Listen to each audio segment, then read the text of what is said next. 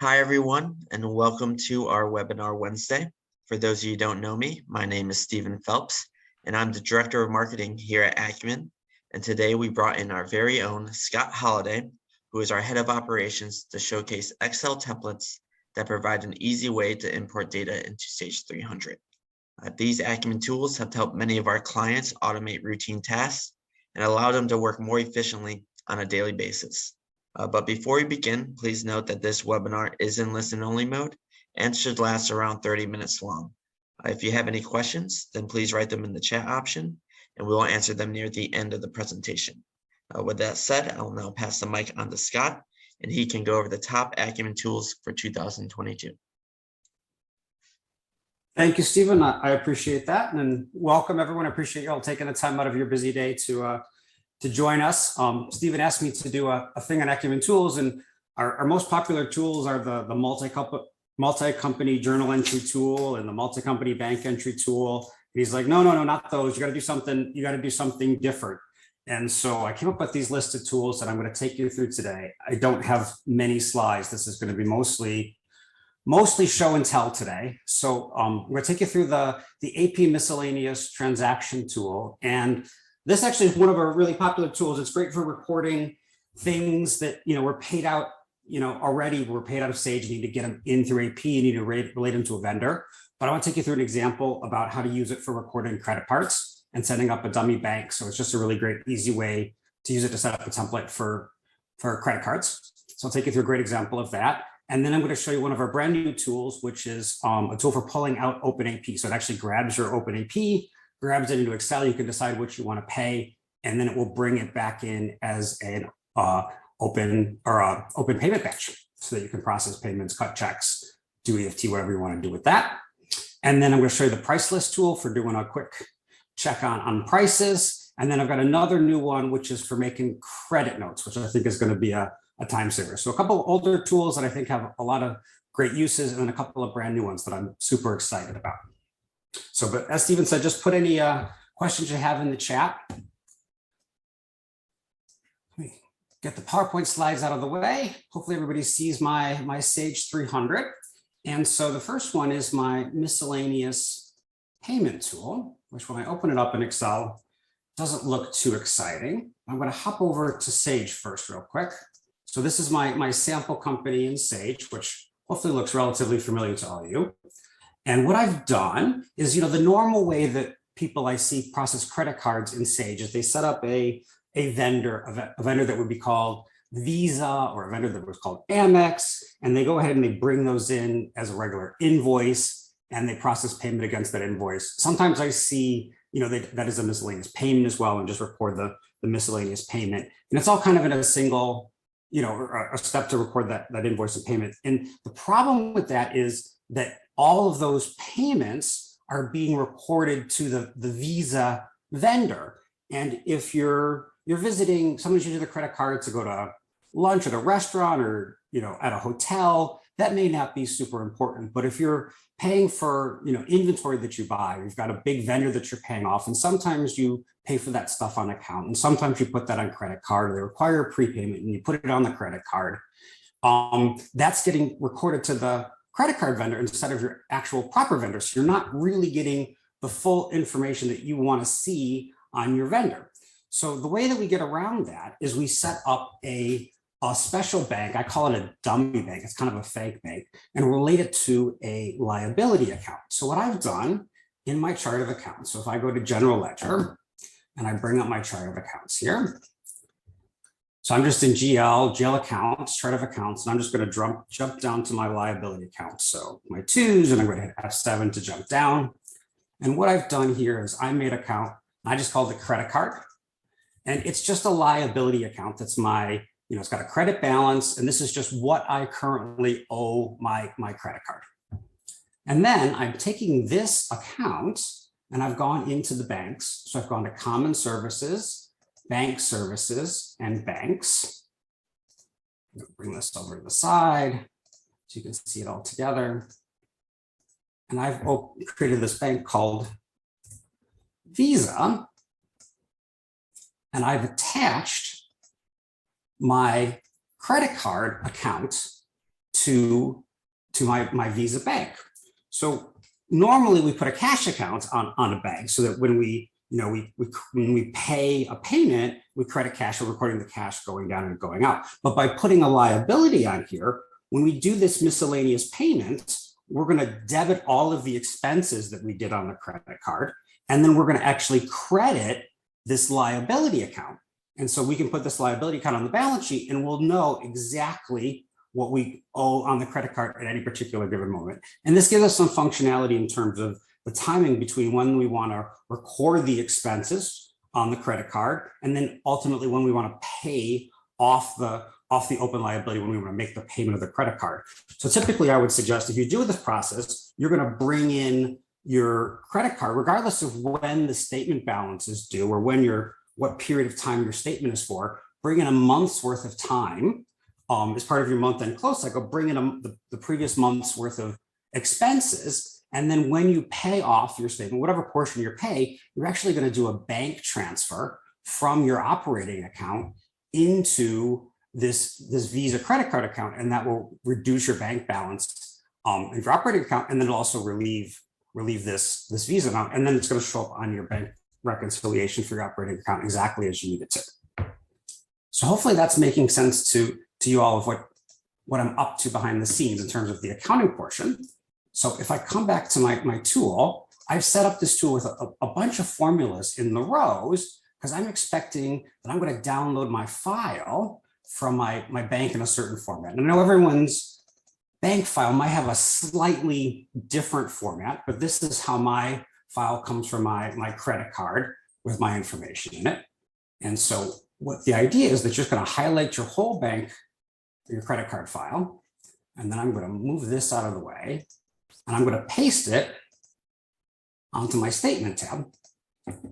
And what I've done is because I've got these formulas looking from this one tab, so this reference here, it's looking to statement D6. So as long as there's a value in statement in column D, here's my description of what this credit card purchase was, it's showing up in the tool. So I didn't fill in the amount because I wanted to kind of take you through that. And it's simple as writing equals, and then I go over to the statement, and I put in my amount, and I hit enter. And then I can actually just copy that one down, and I'm getting all of my amounts. So the amount one is really easy. The reference ones are really easy. Some of the formulas get a little bit trickier when it's time to figure out what the account should be. So what I've done here is I've actually written a VLOOKUP. So this VLOOKUP is looking at the reference, and it's going to the lookups tab and saying, if this reference is here, take this GL account. So if I go, or let me show you the lookups here. So I've got a list of all of my different references, and then if I find this reference, this is going to be the GL account that I want to use on this miscellaneous payment. So this is where the expense is going to hit.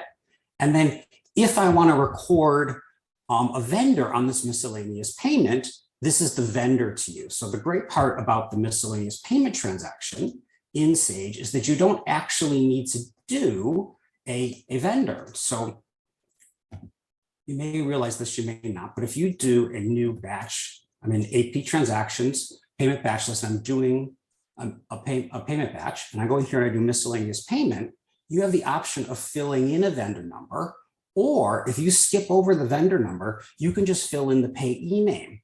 And it's sort of a shortcut because the miscellaneous payment is the expense and the cash in a single step, or the way we're going to do it is the expense that we're going to sort of do our dummy bank to get the liability in a single step. But it doesn't require you to do a vendor, because this might be you're paying somebody that's dropping something off real quick, or you're paying for lunch or something like that. You need to cut a quick check to pay for that delivery, and you don't necessarily want to set up a vendor for that. So that's why it exists here in Sage. So we're going to take advantage of that rule and leave some of these companies not having a vendor. So if this here was a restaurant that was on the credit card, so rather than pull through a vendor number, we're just pulling through the description. And so this formula is doing a VLOOKUP and saying, okay, if it's here based on this description, pull in the vendor number. If it's in the description and the vendor number is blank, just actually return return the actual description, the description itself. And then we'll put that on the miscellaneous payment, but it won't record. We don't need to actually make a vendor. So that way, all those one-off places that someone did on a business trip or a once in a while thing that you don't need to collect the vendor information, like you don't actually need to set up all those vendors, but the ones that are important, those vendors that you go to all the time that you want to build up the history for, you can fill in. So I'm going to go ahead and click on the import button. And at this point, our tool goes and validates. And it's upset here. It gave me a couple errors because first of all, this is a warning. It's saying this is not a valid vendor. So I can import it, but it won't let me because it's not a valid vendor. And it's upset here because there isn't a vendor here or a GL account here. So basically, this is something that should happen every time that I have a new line on my credit card file. So I can see here that this was the last line, this 8x8 line. So I'll go back to my statement. I'm going to take this 8x8 line and I'm going to paste it into my lookups. And then I can say that's going to be account 5010-200. And that's going to be vendor. It doesn't really matter. I'm going to say 2300. And as soon as I fill that in, when I go back here, I can see that my VLOOKUP is filling in those values. So the expectation that I have, if you set up a template like this, is every time that you have a new place that you've purchased, made a purchase at your credit card, that at a minimum, you're going to have to go in and add it to your lookups, and you're going to have to fill in the expense account. But if it's a place that gets charged on the credit card all the time, it's just going to find it. So you're not having to, code every single one every single month of the credit card. You're just having to code the new ones. So now when I say import, it checks to say all things are good to import, but it's giving me this warning and saying some of these vendors are not valid vendors. Do I still want to run the import?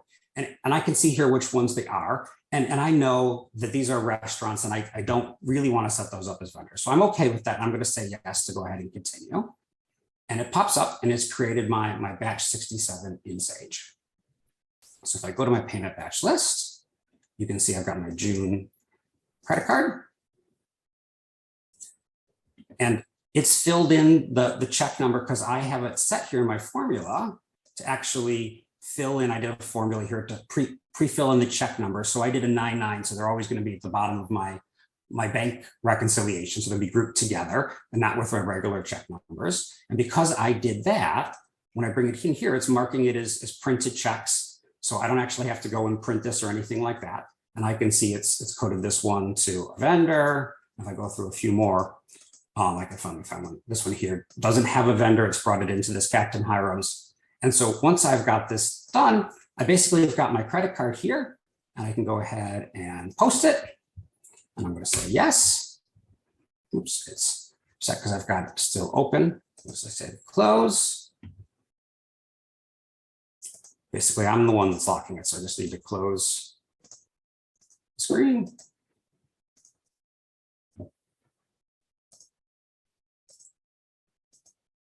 Oops. Well, I don't know why it's locking at the moment. Something's not quite right on my computer. Let's see.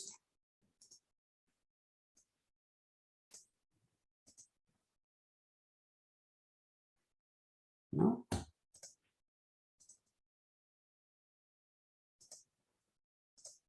There you go. I just had to wait a second, I guess. So now if I go into my general ledger, should be the last AP batch I have.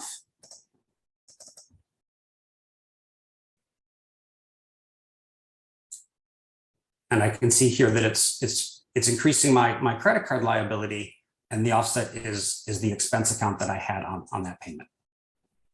And so there'll be one for each one of those individual miscellaneous payments. So now I've got my liability perfectly in the system and my expense perfectly in the system. And then I may do my credit card payoff right now. I may pay it off in whole. I may pay it off in part. But whenever it comes time to pay off my credit card, the process is to go into bank services, and then you're going to do a bank transfer. So common services, bank transfers. We're going to do a bank transfer. And this one here, we're going to transfer from whatever your operating account is. So my operating account is my CCCB, and I'm going to transfer it into Visa. And I know my charges were $7,000, but I'm actually going to be just doing $5,000 because I'm only paying that portion because that was the portion that was on my statement amount. And I'm going to say post, and that's going to, reduce my cash and relieve my liability.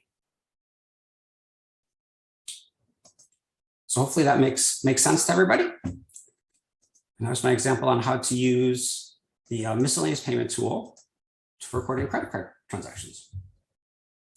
The next tool I'd like to show you is our new tool for payment. Really, the idea is to use this tool for payment approvals. So the idea of this tool is that you can use it for taking your OpenAP. Whoops, I opened up on my other screen. Let me drag it over.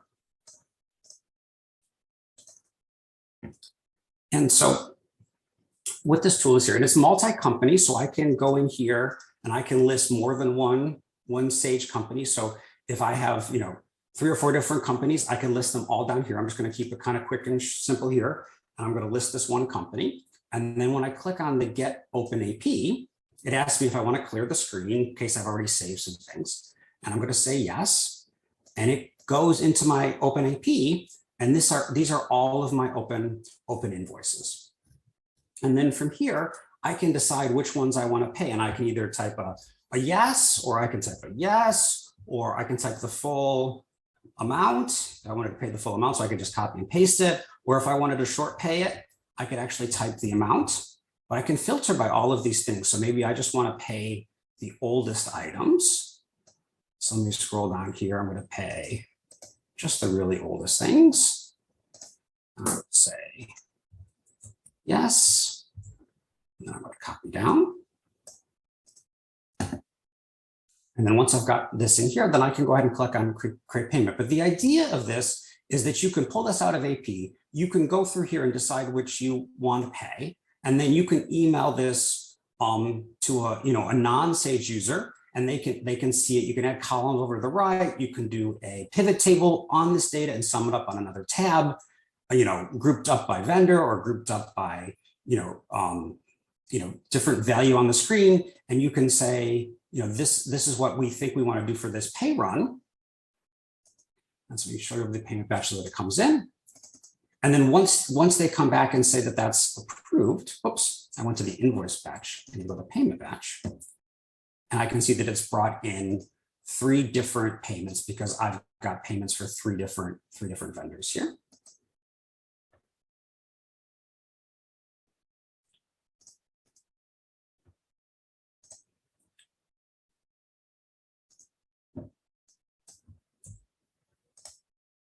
So I'm going to clear this.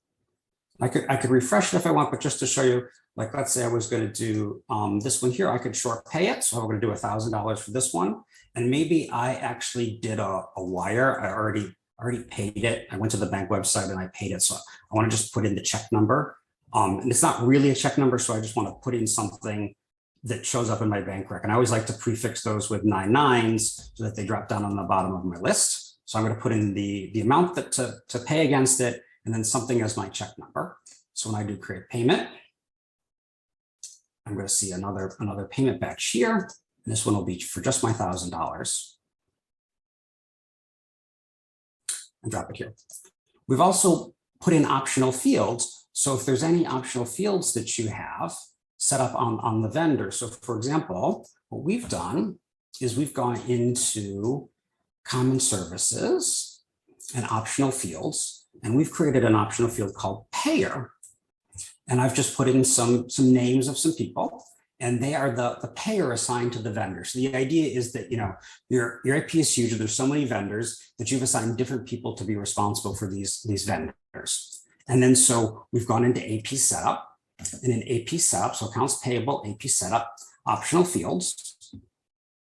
On the vendors, we've assigned this payer code. And once we've assigned this payer code, then it appears on the vendor screen. So under accounts payable, AP vendors, I'm just going to pick any vendor.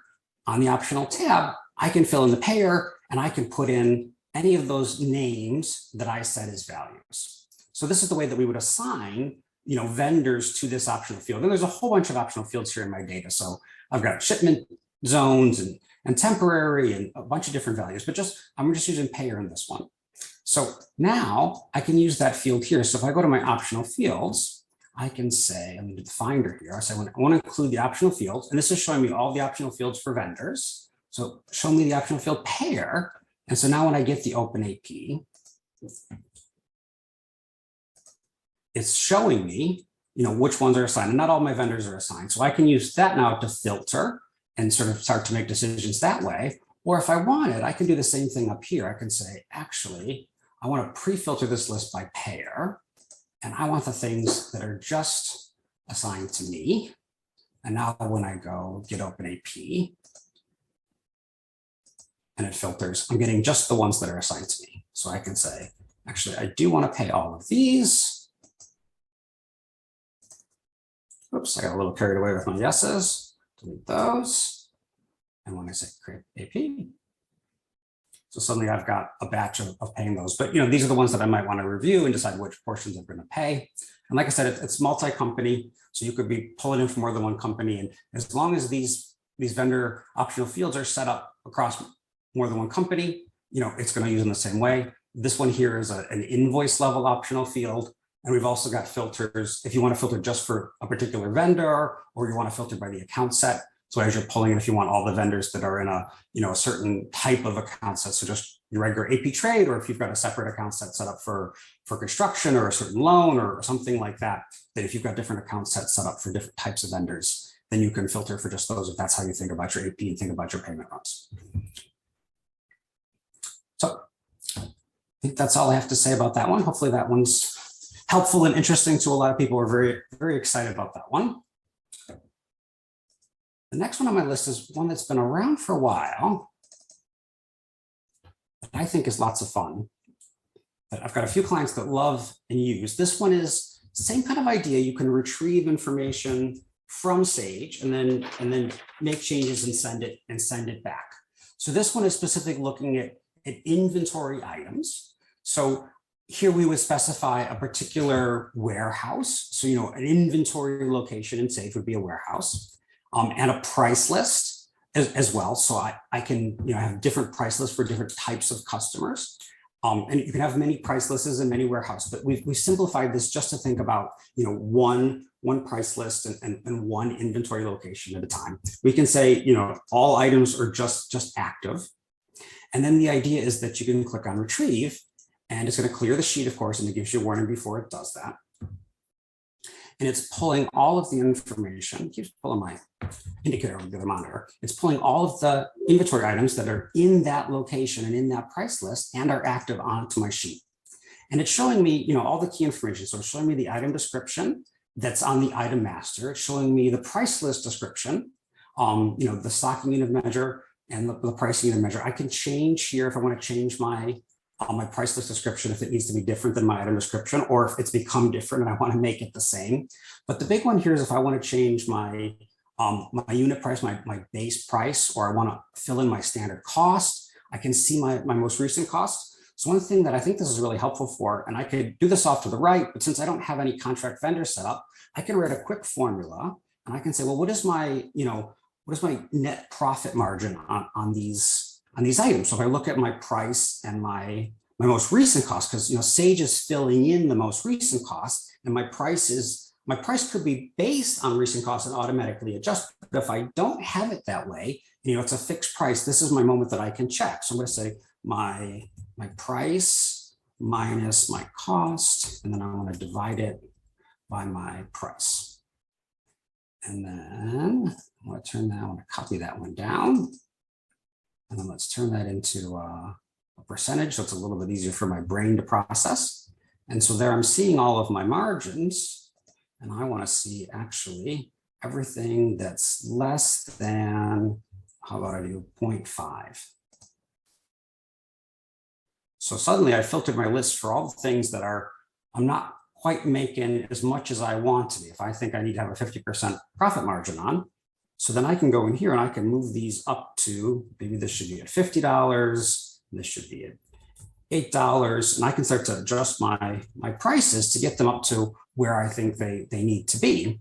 And then once I've got those filled in, I'm just going to clear this, and I'll get rid of my math. If I had done it off to the right, I wouldn't have to clear it off.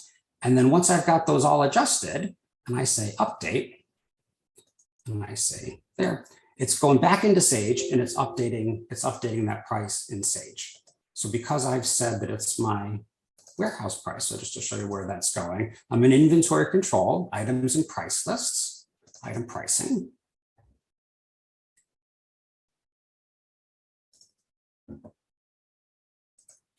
Just going to bring up my first item here.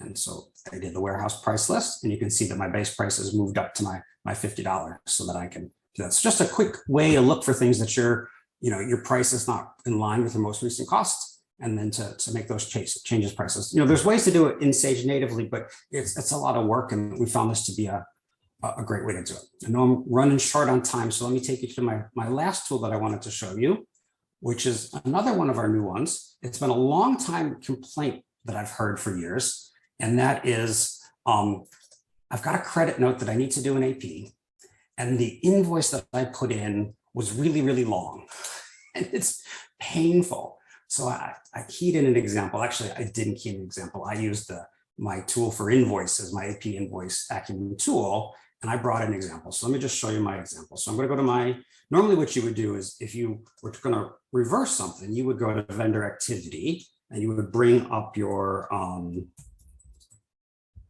vendor, and you would find your transaction and say, I've got this invoice here.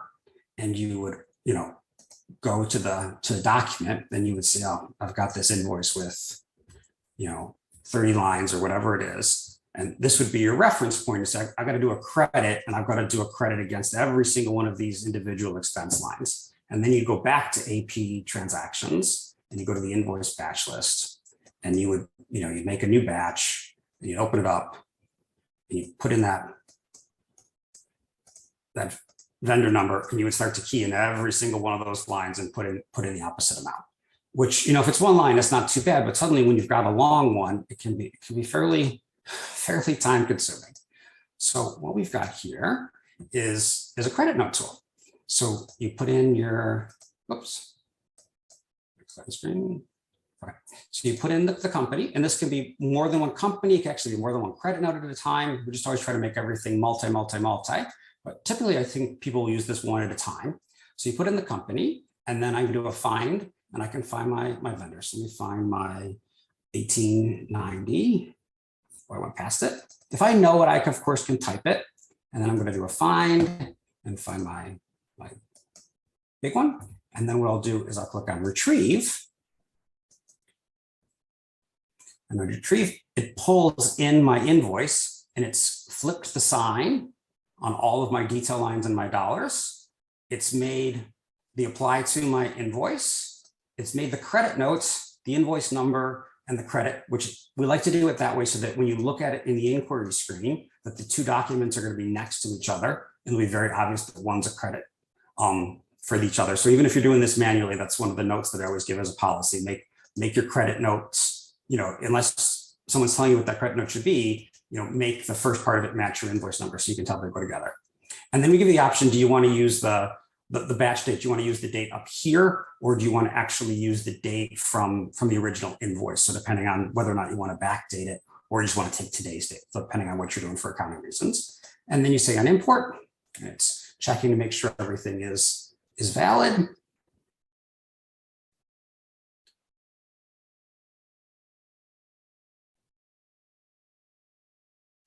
And once it's good, it says, you want to run the import? And I'll say yes. And it's made my new batch. I sound like a magician. Let me go back to Sage and show you there's nothing up my sleeve. And you can see there's the credit.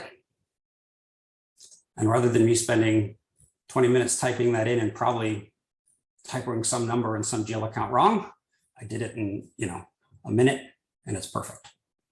So those are my 4 tools. I think, Stephen, I was exactly 30 minutes. Yes, good job, Scott. Do you have any questions? Yeah, so at this time, we'll open up the chat option. So if you guys want to write them in the chat or in the question box, we'll read them out loud. We did have a few that came in, so we can go ahead and get started. Yeah. First one came in, it says, am I allowed to buy one tool instead of the full Acumen suite?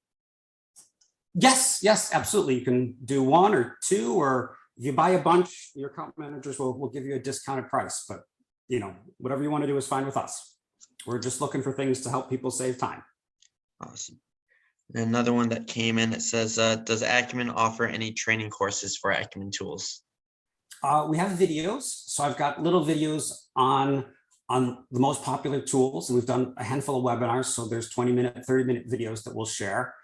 Typically, we do a little bit of training when people buy the tools, one-on-one training to get folks started. But I find most people are often on their own before we get a chance to train them. Once you start to see the pattern, and if you're familiar with staging the transactions, I see very little need for training, but we always do it, and we always offer it, and we have those videos that we share. So cool. Another one that came in, it says, how many Acumen tools are there? I checked before the meeting because I always wonder where we're at. We're up to 78.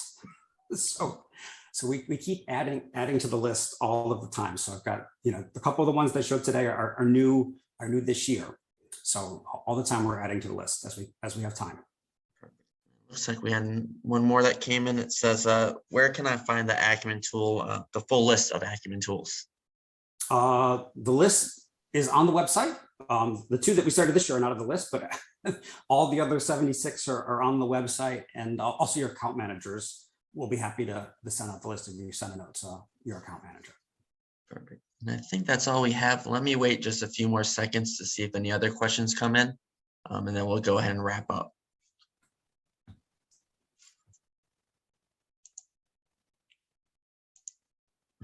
One more that just came in. It says, if I buy the full Acumen tool suite, do I receive new tools when they are released?